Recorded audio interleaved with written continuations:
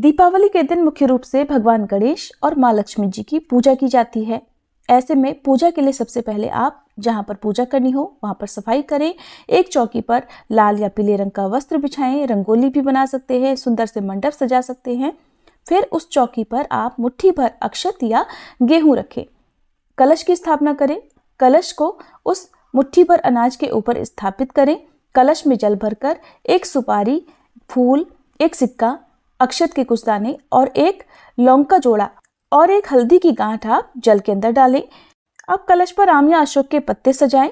5, 7 या 9 की संख्या में पत्ते होने चाहिए। सभी एक डंठल से जुड़े हुए होने चाहिए। अब चौकी पर सबसे पहले भगवान गणेश जी की स्थापना करें, मूर्ति या तस्वीर जो भी आपके पास हो। इसके बाद माँ लक्ष्मी जी की स्थापना करें। आपको दिशाओं का भी ध्यान रखना है। भगवान गणेश जी के ठीक दाहिने हाथ की तरफ माँ लक्ष्मी जी की प्रतिमा होनी चाहिए और इसी क्रम में माँ लक्ष्मी जी के ठीक दाहिनी तरफ माँ सरस्वती को भी विराजित करें। अब आप अपनी शिक्षा या अपने रोजगार से जुड़ी हुई कुछ वस्तुएं भी मूर्ति के सामने रखें, चौकी पर विराजित करें। अब भगवान गणेश और माँ लक्ष्मी जी को तिलक करें और दीप जलाएं। दीपक जलाने से पहले आप मुट्ठी भर अक्षत दीपक के नीचे रखें, उसके बाद ही दीप जलाएं। साथ ही कलश की भी पूजा करें, कलश पर तिलक लगाएं, स्वास्तिक का चिन्ह बनाएं। अब भगवान गणेश जी और माँ लक्ष्मी जी को पुष्प अर्पित करें।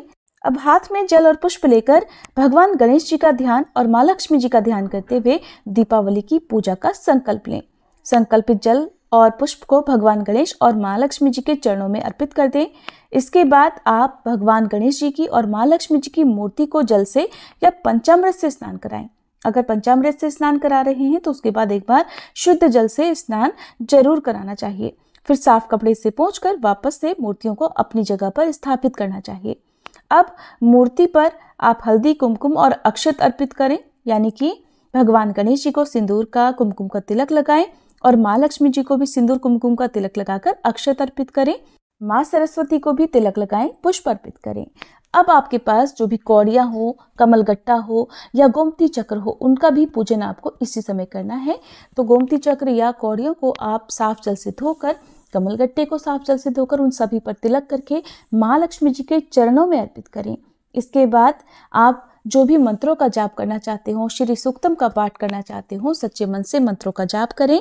भगवान गणेश के मंत्रों का जाप करते समय ओम श्री गणपते नमः, ओम श्री महालक्ष्मी नमः मंत्र का जाप, माँ लक्ष्मी जी की पूजा करते समय ओम श्री महासरस्वती नमः इस मंत्र का जाप माँ सरस्वती की पूजा करते समय करें।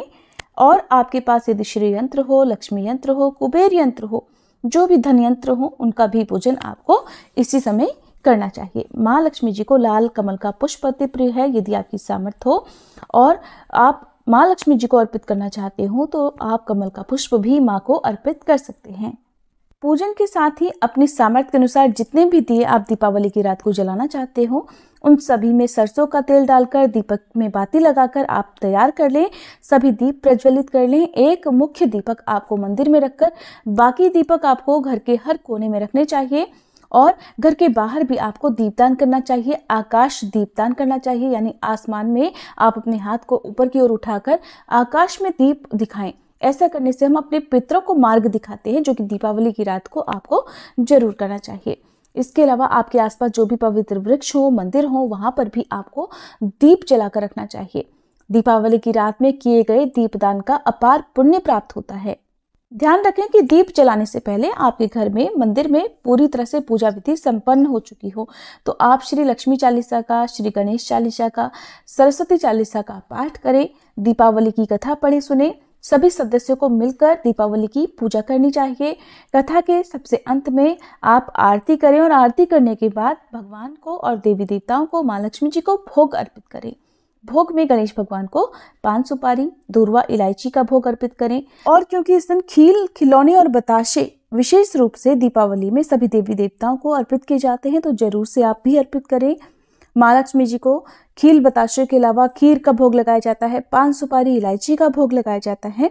इसी प्रकार से माँ सरस्वती को भी आप खीर का, सफेद रंग की वस्तुओं का, सफेद मिठाइयों का भोग लगाएं। इस समय अपने सभी कुल देवी देवताओं का, अपने आराध्य देवी देवताओं का भी ध्यान करें, उनका भी पूजन करें। पूजा के बाद सबसे अंत में आप हाथ जोड़कर क्षमा याचना जरूर करें। ध्यान रखें, भोग लगाने से पहले जब आरती करते हैं तो उसमें कपूर जलाकर उसमें एक लौंग का जोड़ा आप जरूर जलाएं। ऐसा करने से भी घर की सभी अशुद्धि दूर हो जाती है। भोग लगाने के बाद आप क्षमा याचना पूरे परिवार सहित करें, ताकि पूजा पाठ में या भोग लगाने में कोई कमी हो गई हो, कोई भूल चूक हो गई हो तो उसका दोष आपको या आपके परिवारजनों को ना लगे।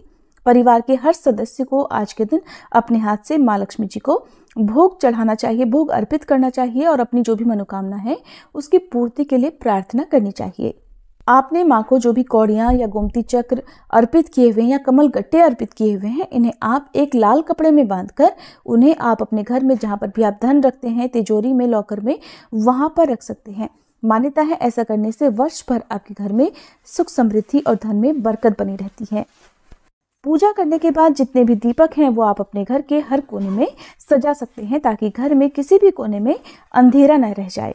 अगर आप माँ लक्ष्मी जी की विशेष कृपा पाना चाहते हैं तो दीपावली पर पूजा करने से पहले अपने आसपास जो बहुत ज़्यादा निर्धन लोग हैं, जो दीपावली का पर्व ठीक से नहीं मना सकते हो, उन्हें आप दीपावली की पूजन सामग्री से संबंधित जैसे दिए, सरसों का तेल, रुई की बाती, खील खिलौने, बताशे, इन सब चीज़ों का दान कर सकते हैं, ताकि वो भी अपने घर में दीपावली मना सकें। और ऐसे में किया गया दान, श्रद्धा और विश्वास के साथ किया गया दान जो दूसरों की भलाई के लिए होता है, वो आपको जरूर फलित होता है। परंपराओं के अनुसार दीपावली विसर्जन के समय घर से नकारात्मक ऊर्जा या घर का दरिद्र दूर करने के लिए, घर की नेगेटिविटी दूर करने के लिए सूप बजाया जाता है, ताकि घर की हर प्रकार की अशुभ शक्तियां घर से दूर हो सके। और सुबह सुबह ही झाड़ू लगाई जाती है। जो नई झाड़ू आप लेकर आए हैं उससे आप दीपावली की सुबह सुबह झाड़ू लगाएं और माँ लक्ष्मी जी से प्रार्थना करें कि आपके घर में कभी भी आर्थिक समस्याएं ना हो और धन और सुख समृद्धि में बरकत बनी रहे। ये थी आज की वीडियो। अगर आपको जानकारी अच्छी लगी हो तो वीडियो को लाइक करके आप हमारे चैनल पर अपलोड होने वाली बाकी वीडियोस को भी जरूर देखिएगा।